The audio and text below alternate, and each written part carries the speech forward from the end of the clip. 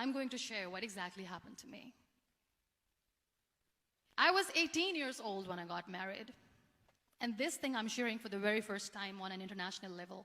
I was 18 years old when I got married. I belonged to a very conservative family, a Baloch family, where good daughters never say no to their parents. My father wanted me to get married. And all I said was, if that makes you happy, I'll say yes. And of course, it was never a happy marriage. Just about after 2 years of getting married, about 9 years ago, I met a car accident. Somehow my husband fell asleep and the car fell in the ditch. He managed to jump out, saved himself. I'm happy for him. But I stayed inside the car and I sustained a lot of injuries. The list is a bit long. Don't get scared. I'm perfectly fine now. Radius ulna of my right arm were fractured. The wrist was fractured. Shoulder bone and collarbone were fractured. My whole rib cage got fractured. And because of the rib cage injury, lungs and liver were badly injured. I couldn't breathe. I lost urinary bowel control. That's why I have to wear the bag wherever I go. But that injury that changed me and my life completely as a person and my perception towards living my life was the spine injury. 3 vertebrae of my backbone were completely crushed and I got paralyzed for the rest of my life. So this accident took place in a far-flung area in the outskirts of a very small province, Balochistan, where there was no first aid, no hospital, no ambulance. I was in the middle of nowhere in that toppled car. Many people came to rescue. They gave me CPR. They dragged me out of the car. And while they were dragging me out, I got the complete transection of my spinal cord. And now there was this debate going on. Should we keep it here? She's going to die. Where should we go? There is no ambulance. There was this 4-wheeler Jeep standing in the corner of the street. They said, put her in the back of the Jeep and take her to the hospital, which is 3 hours away from this place. And I still remember that bumpy ride. I was all broken. They threw me at the back of the Jeep and they rushed me to the hospital. That is where I realized that my half body was fractured and half was paralyzed. I finally ended up in a hospital where I stayed for 2.5 months. I underwent multiple surgeries. Doctors have put a lot of titanium in my arm. There's a lot of titanium at my back to fix my back. That's why people in Pakistan call me the Iron Lady of Pakistan.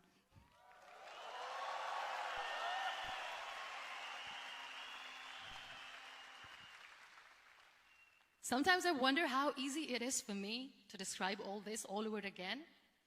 And somebody has rightly said that when you share your story and it doesn't make you cry, that means you have healed.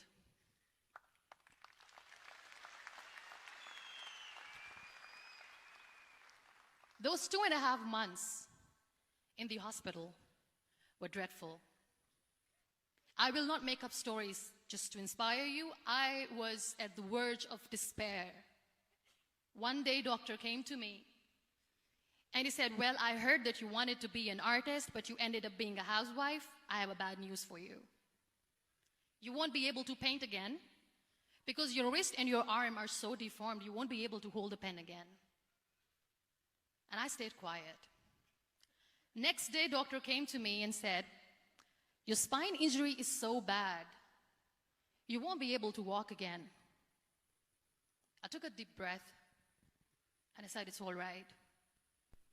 The next day, doctor came to me and said, because of your spine injury and the fixation that you have in your back, you won't be able to give birth to a child again.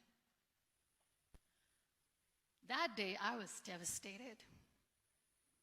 I still remember, I asked my mother, why me?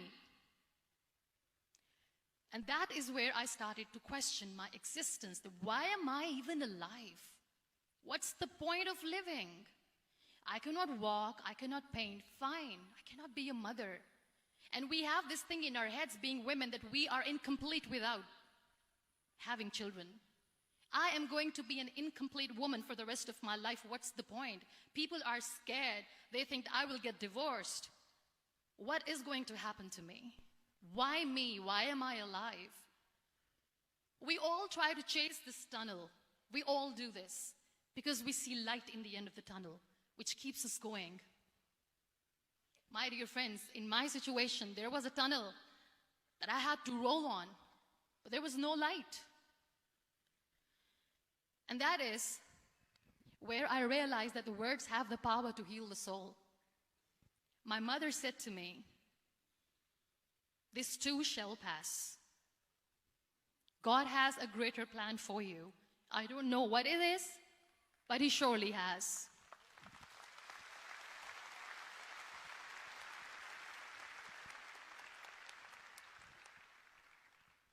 And in all that distress and grief, somehow or the other, those words were so magical that they kept me going.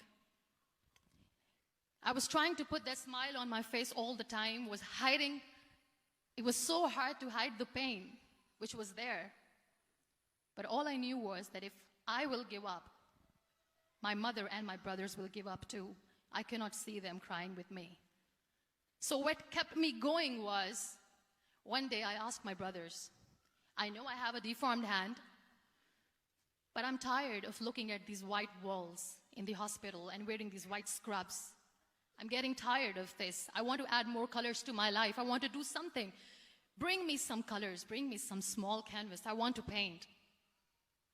So the very first painting I made was on my deathbed, where I painted for the very first time. It was not just an art piece or just my passion. It was my therapy. What an amazing therapy it was. Without uttering a single word, I could paint my heart out. I could share my story. People used to come and say, "What lovely painting. So much color." Nobody could see the grief in it. Only I could.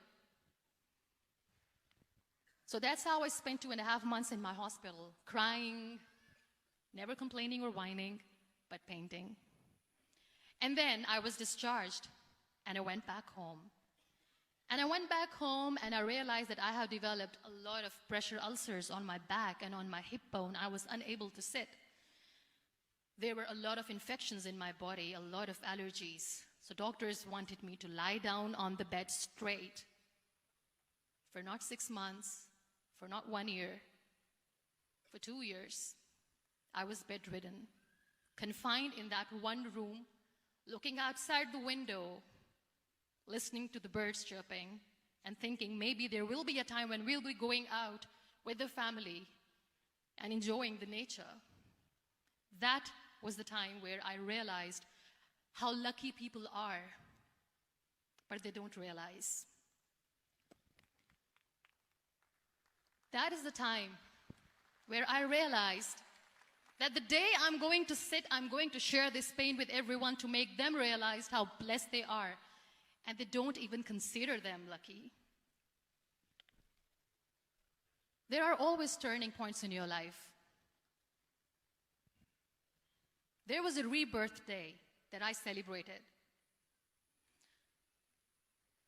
After 2 years and 2.5 months, when I was able to sit on a wheelchair, that was the day when I had the rebirth. I was a completely different person. I still remember the day I sat on the wheelchair for the first time, knowing that I'm never going to leave this, knowing that I won't be able to walk for the rest of my life. I saw myself in the mirror, and I talked to myself. And I still remember what I said. I cannot wait for a miracle to come and make me walk. I cannot sit in the corner of the room crying, cribbing, and begging for mercy because nobody has time. So I have to accept myself the way I am. The sooner, the better. So I applied the lip color for the first time.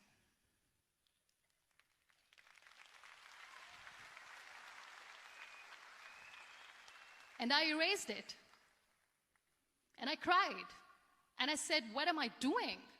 A person on a wheelchair should not do this. What will people say? Clean it up. Put it again. This time I put it for myself, because I wanted to feel perfect from within.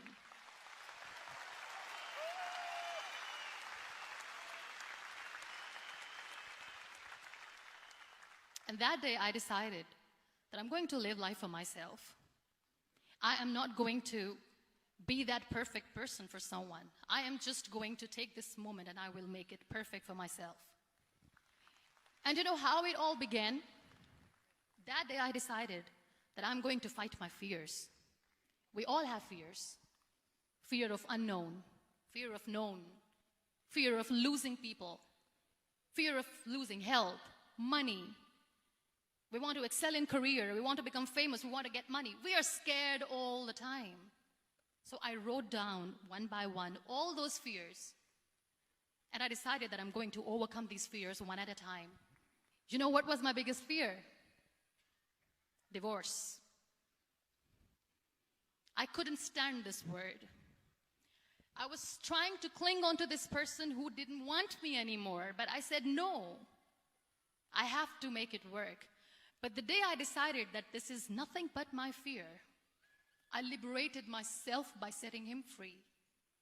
And I made myself emotionally so strong that the day I got the news that he's getting married, I sent him a text that I'm so happy for you and I wish you all the best. And he knows that I pray for him today.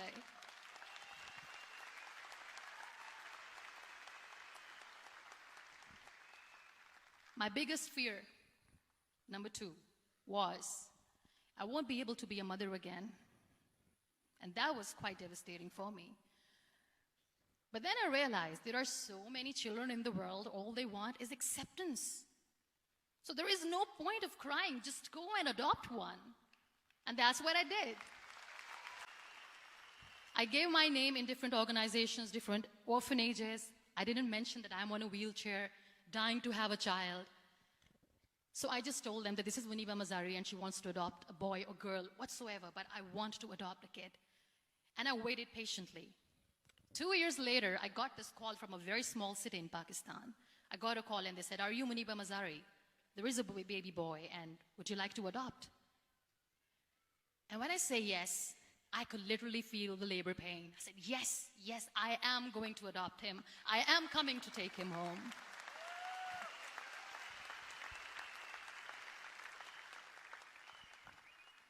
And when I reached there, the man was sitting and he was looking at me from head to toe.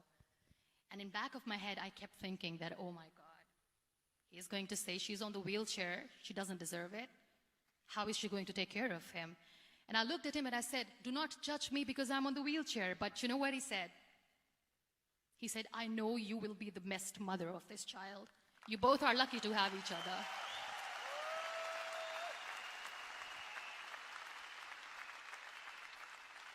And that day, Niall was 2 days old, and today he's 6.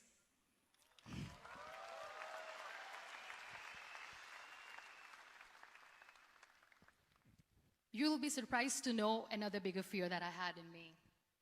It was facing people. I used to hide myself from people. When I was on bed for 2 years, I used to keep the door closed. I used to pretend that I'm not going to meet anyone, tell them that I'm sleeping. You know why? Because I couldn't stand that sympathy that they had for me. They used to treat me like a patient. When I used to smile, they used to look at me and say that, "You're smiling, are you okay?" I was tired of this question being asked, "Are you sick?" Well, a lady yesterday at the airport asked me, "Are you sick?" And I said, well, besides the spinal cord injury, I'm fine, I guess.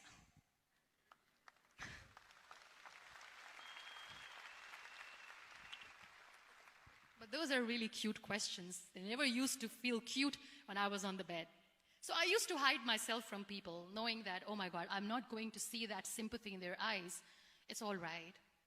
And today I'm here speaking to all these amazing people because I have overcome the fear.